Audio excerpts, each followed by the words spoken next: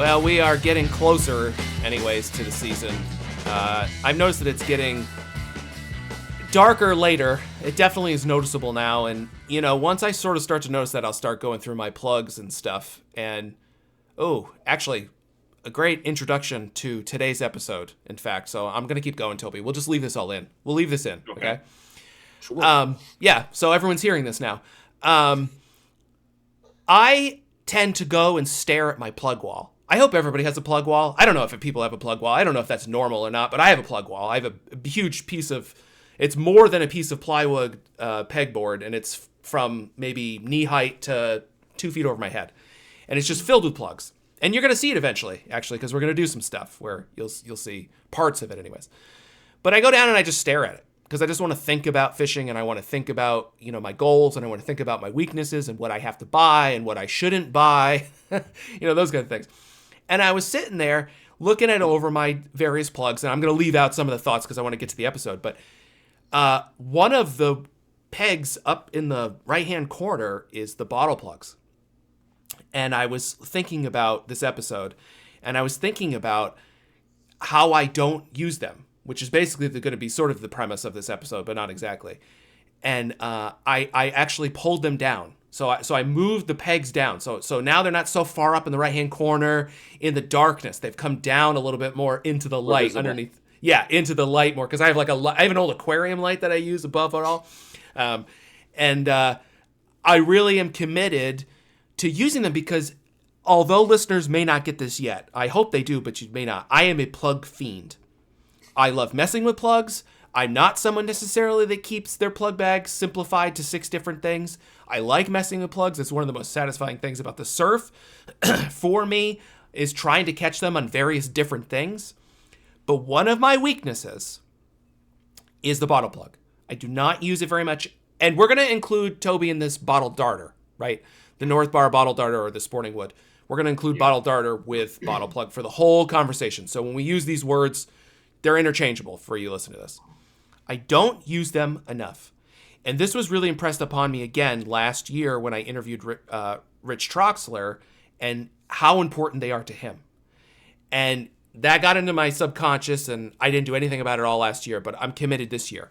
But the whole episode is basically going to be about using bottle plugs in more of the quote-unquote non-traditional way, because I think that most guys, most anglers, most gals think of a bottle plug and they think of heavy surf, lots of wind, big waves, and cranking it down, right? The John Skinner thing. Cranking it down, digging it in, and then working it so you can feel that tip pulsating in the heavy surf. But that's not really what you do, right, Toby?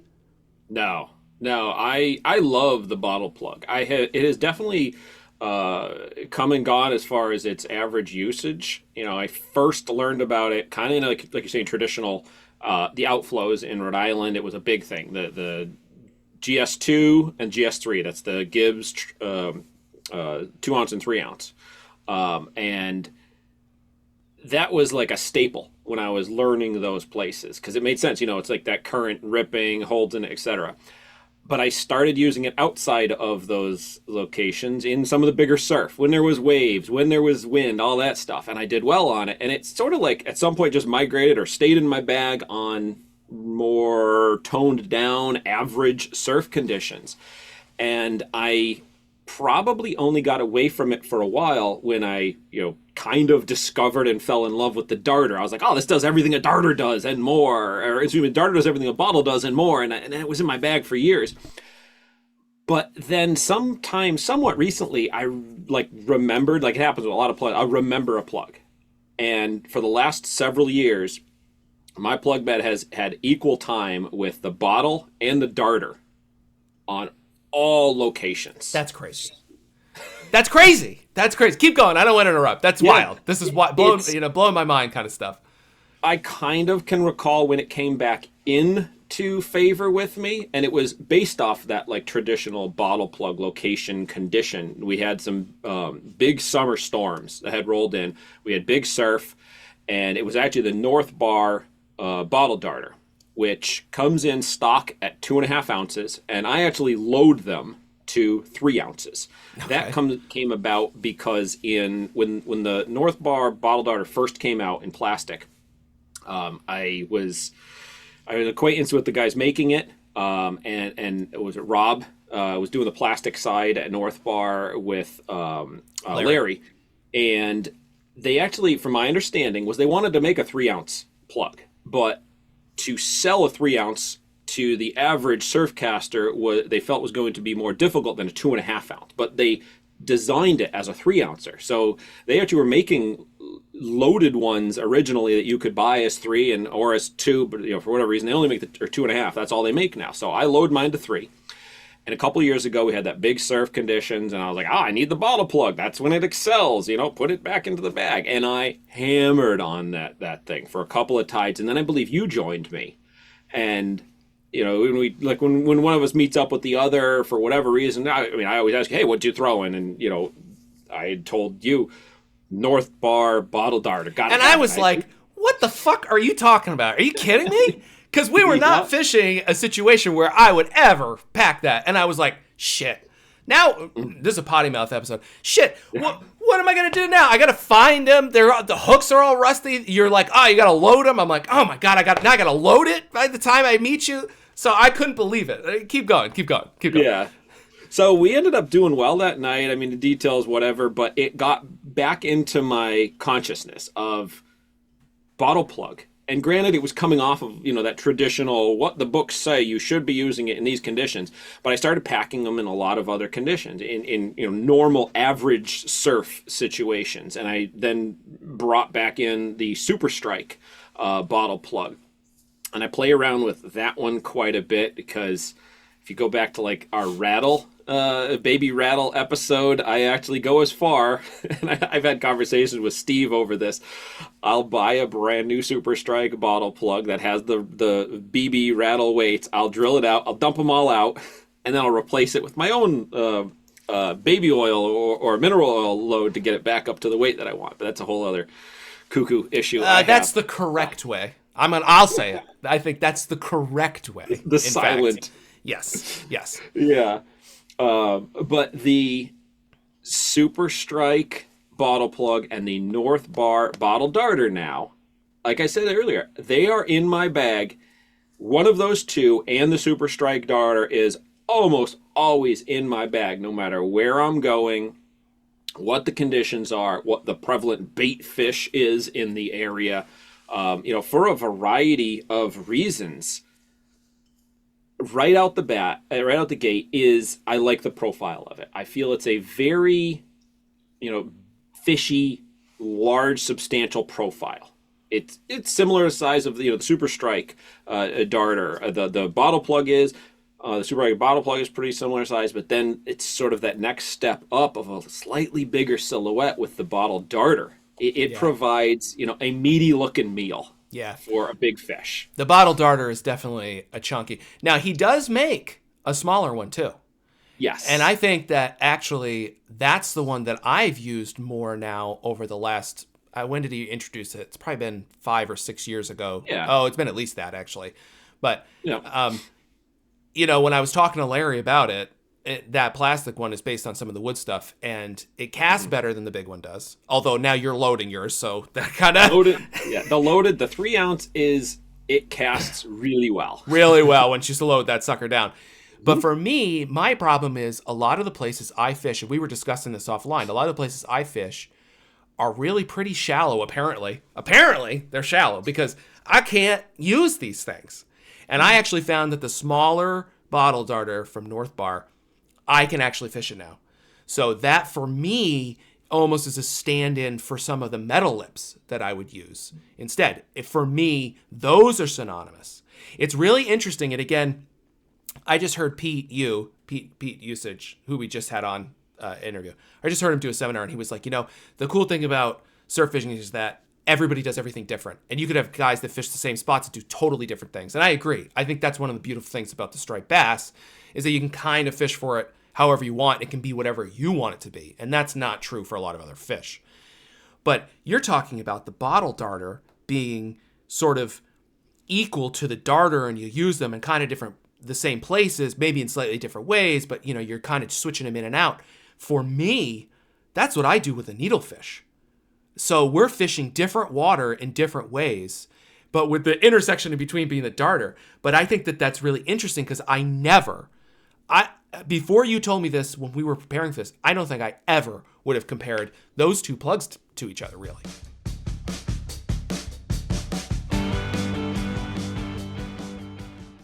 So Toby, I just got my hands on Hoagie's new charter grade needlefish, one of the plugs they launched last season as part of their new Hook One platform. This thing is extremely well built. It swims great, and it's specifically built around a single belly hook and a tail flag, which I know you and I both strongly prefer. I'll tell you, I've heard nothing but good things from other anglers throughout the entire Striper Coast. That's right. I've been hearing a lot of good things about their needlefish as well. I know it's got heavy-duty stainless steel through wire, so it's tuna-proof, and it comes with VMC hooks, premium split rings, and matching hand-tied bucktail flags. So essentially, it's got the works, all the things that you'd expect from Hoagie. Definitely. Plus, the recent study from the state of Massachusetts showed you can reduce release mortality by as much as 7% by ditching that rear hook, as you and I have talked about already on the podcast. So this is a lure that's helping the fish. Without reducing your catch rate, you're doing your part to reduce release mortality. And that's one of Hoagie's goals. They don't just build fishy gear. They think long-term about the fishery. It's all part of their updated motto that they now live by. Quality for today, conservation for tomorrow. So find out more about the mission and, of course, this awesome new needlefish at HoagieLures.com. As we've talked about on past episodes of the podcast, the plastic swimmer is one of the most popular plugs that's found in just about every surfcaster's bag, and there are a ton of models to choose from. With its unique body shape and lip design producing a great darting and swimming action, the standout is the Swarter by Joe Baggs Tackle. That's right, Toby. This plug is fully through wired and it's available in two sizes, the 6-inch 1-ounce model and the 7-inch 1.5-ounce model. Comes in a wide variety of traditional and modern fish-catching colors like bone, blurple, sand eel, and many more. The Swarter excels in a huge variety of surf fishing conditions from back bays to inlets and, of course, the wide open surf. It's been proven to be a great plug on both the East and West Coast for a variety of species, but particularly the striped bass. So head on over to joebagsoutdoors.com and grab some Swarters while you support a locally owned business. And while you're there, be sure to check out the annual limited edition colorway, as well as Joe's Swarter kits, specifically tailored to meet a variety of surf fishing scenarios.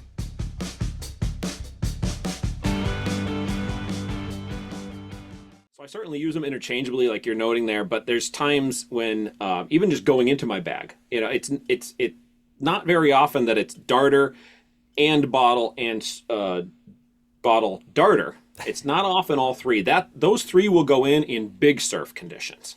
But on your average conditions, it's usually the darter and one of the other two.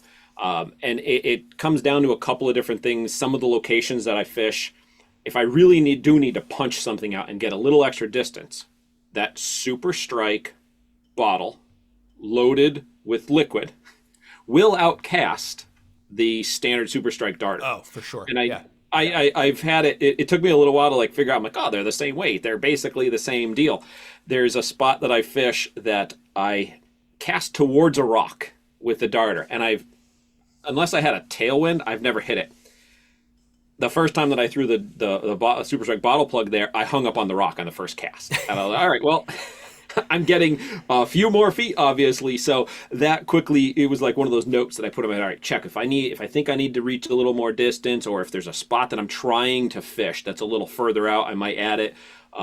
It's a little more, even though the North Bar bottle darter and loaded to 3 ounces casts really well, it is still a slightly larger plug, so it doesn't quite cut the wind as well. So if I really need to punch through, it's kind of like, as things do get, up the extreme level, that bottle darter comes in, but then there's a point where it's, diminishing returns, and the Super Strike loaded comes in there and it takes over going.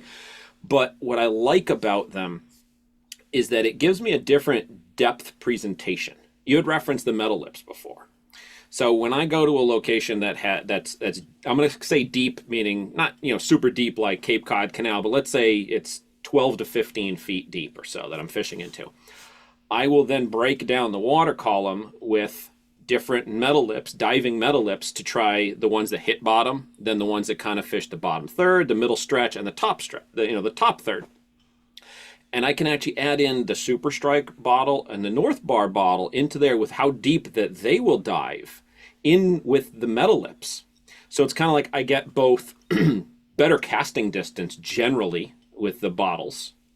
But if you consider them as essentially a better casting metal lip, you get the casting distance, but you're putting them into the same, into the same water. And a lot of my locations where I would fish a diving metal lip, whether it's a moderate or deep diving, the bottle and the bottle darter come into play there, because again, it's a real similar swimming action. But I can't stress enough, it adds in that little extra piece of you can cast them further, that they go into that corner there of it's not all the time, it's not all of my places, but when the metals are in there, that's why I say it goes in a lot of times equal as much as the darter, because I kind of have darters in the same level where the way I rig and configure my darters, they'll go into metal lip waters and fish different pieces of the water column, but they'll cast a little bit better. So it is something that doesn't get the same love, the bottle darter and the bottle plug these days. But it's certainly, if you're not adding them into your rotation and you only hold them off, I think, for that big water, you're missing out on something for sure.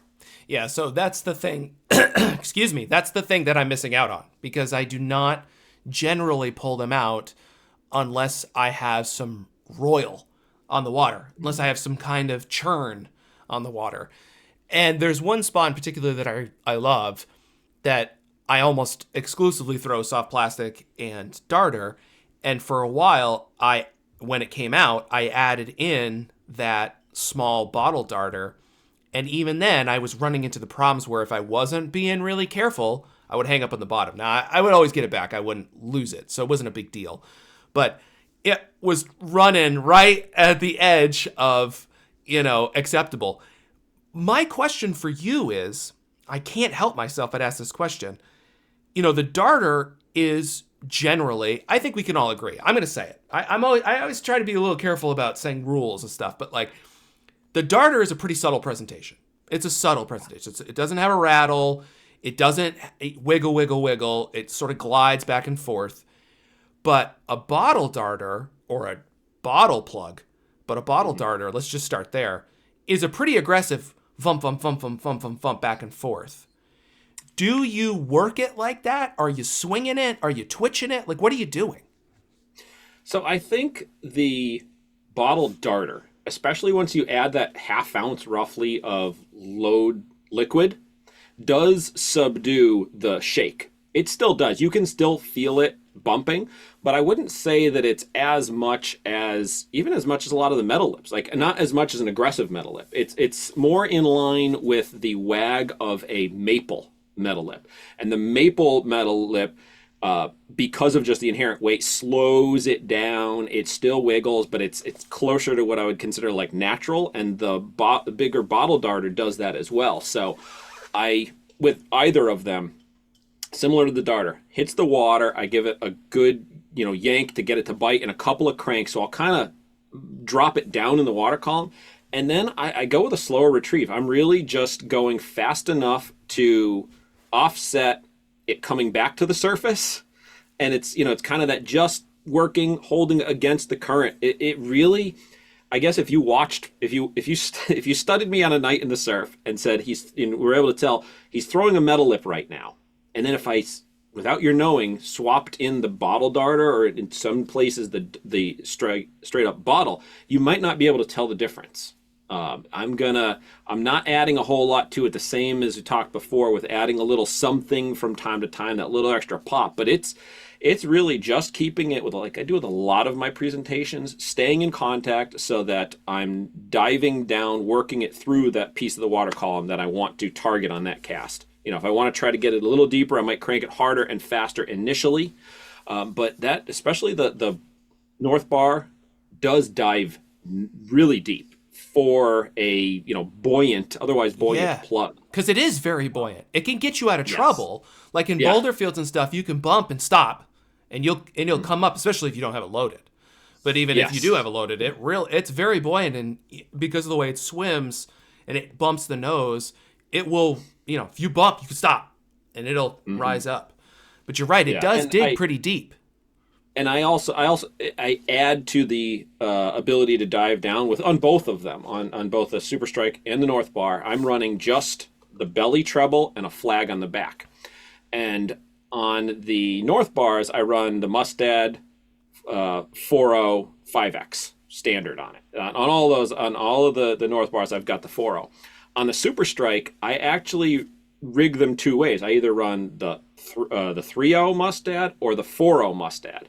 Because again, when you run it up to the 4.0 with less tail weight and the heavier nose, you can get it down even more. And that helps both if I'm trying to dive it deeper or if I'm using it in bigger surf. It kind of it hits a point though there where you're kind of screwing up like you're casting, but with the liquid load, it pops to the back and helps to offset it. So again, it's not something that's like, oh my God, I rigged the wrong hook, so I can't quite get those last 3 feet. No, I'm still getting the distance that I want, but I'm gaining the depth, the diving, and the stability, whether it's in the current, bigger water, or even holding it. I find too, you can get it down and it offsets the natural buoyancy of either of the plugs when you step up that hook.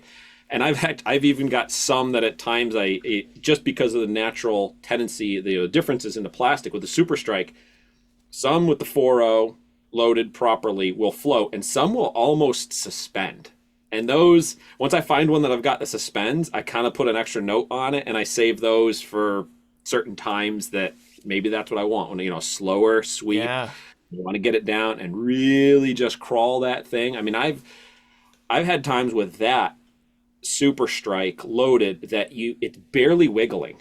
It's doing more like when you're dead drifting a sluggo across the current or something, soft plastic that's not really doing anything. It's sort of just hanging in the current. It still is gonna move a little bit because you've got that front dive plate reacting with the water, but you can really slow that thing down and still stay down. And I've thought about playing with the increasing loads on the North Bar as well, but just haven't quite gotten there. I haven't been bored enough in the wintertime to make up some test samples to play around with that year. So maybe this year I'll do some of those though. Yeah, I mean that would be cool. Have you ever to wrap this up? Well, this is potentially opening a can of worms, but I'm going to do it.